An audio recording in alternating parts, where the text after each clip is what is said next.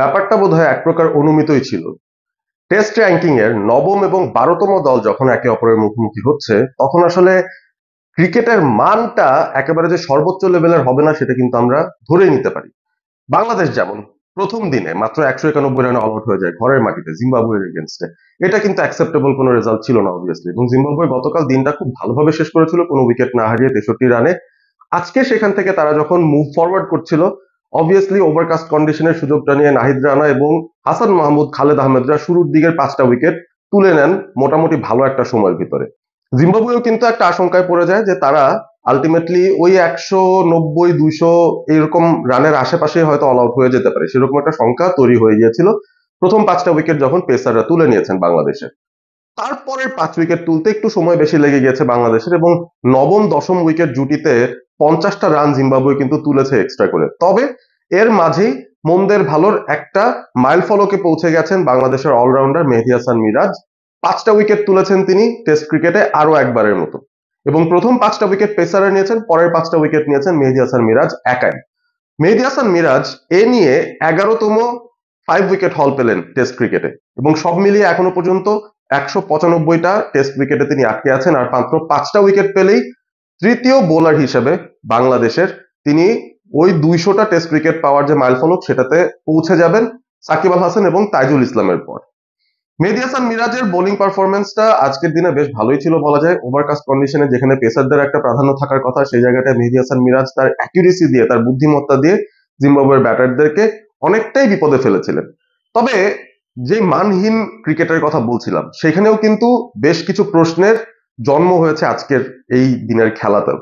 আমরা যদি ফিল্ডিং এর দিকে তাকাই, সেখানে আসলে সবচাইতে বড় দুশ্চিন্তার জায়গা দুই দলই দেখতে পারে ডেফিনেটলি।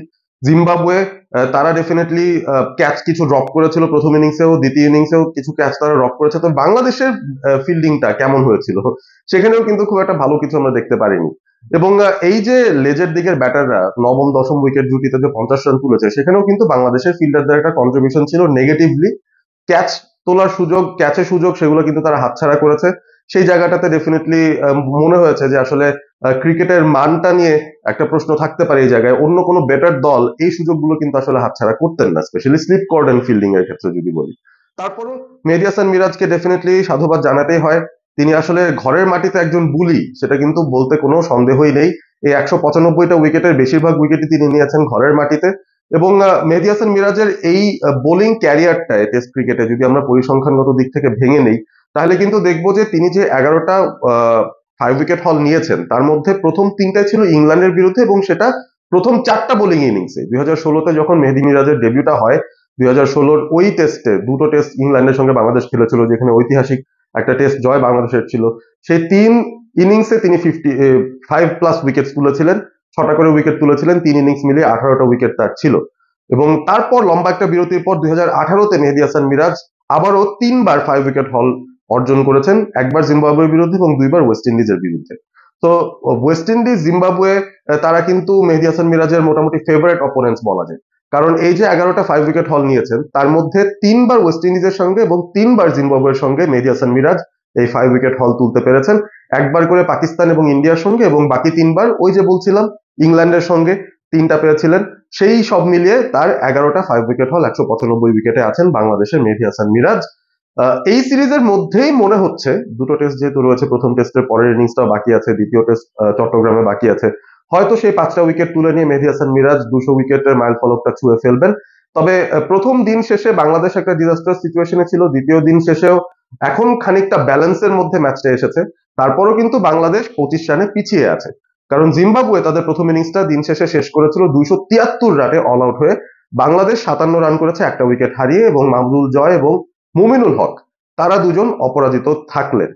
তো সব মিলিয়ে 2 দিনের ম্যাচ শেষেই 11টা উইকেট পড়েছে, এবং অলরেডি বাংলাদেশ তাদের দ্বিতীয় ইনিংসে ব্যাট করতে নেমে পড়েছে। সুতরাং আমার মনে হচ্ছে পঞ্চম দিন পর্যন্ত ম্যাচ গড়ানোটা খুব ডিফিকাল্ট একটা ব্যাপার হবে। হয়তো সেই ব্যাপারটা যাবে না, তার আগে একটা রেজাল্ট আসবে, সেটা হয় বাংলাদেশের পক্ষে, না হয় জিম্বাবুয়ের পক্ষে। পুরোটা এখন ডিপেন্ড করবে কম খারাপ কোন দলটা খেলে, কারণ দুই দলের খেলার মানের মধ্যে এখনো পর্যন্ত কিন্তু সেই ভালো কোয়ালিটি, সেটা কিন্তু আমরা আসলে এখনো এই টেস্টে অন্তত উপলব্ধি করতে পারিনি। সুযোগটা রয়েছে বাংলাদেশের ব্যাটারদের জন্য সেই অপবাদটা ঘোচানোর, অন্তত টেস্টের বাকি যে দিনগুলো বাকি রয়েছে। মাহমুদুল হাসান জয় আজকে যেমন একটা ইনিংস খেলে নট আউট আছেন, তিনি কিন্তু দুইবার জীবন দিয়েছেন। সেই দুইটা সুযোগ জিম্বাবুয়ের ফিল্ডাররা বা স্পেশালি উইকেট কিপার তাদের তিনি কিন্তু মিস করেছেন। এবং এলবিডব্লিউরও দুইটা আপিল হয়েছিল জয়ের এগেনস্টে, ভেরি ক্লোজ কল।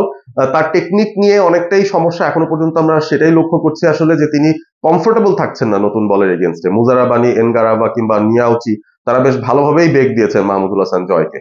এবং সাদমানের কথা তো নাই বলি, ঘরের মাটিতে তার পারফরমেন্সটা যে যাচ্ছে তাই যাচ্ছে সেটা কিন্তু কন্টিনিউ করে গেছেন এই দ্বিতীয় ইনিংসেও। প্রথম টেস্টে দুটো ইনিংস মিলিয়ে সাদমান কিন্তু ফ্লপ, এবং আমার সন্দেহ হচ্ছে দ্বিতীয় টেস্টে তাকে আসলে প্রথম একাদশে সুযোগ দেওয়া হবে কিনা, তিনি যেই ধরনের ব্যাটিংটা অন্তত প্রথম টেস্টে করলেন।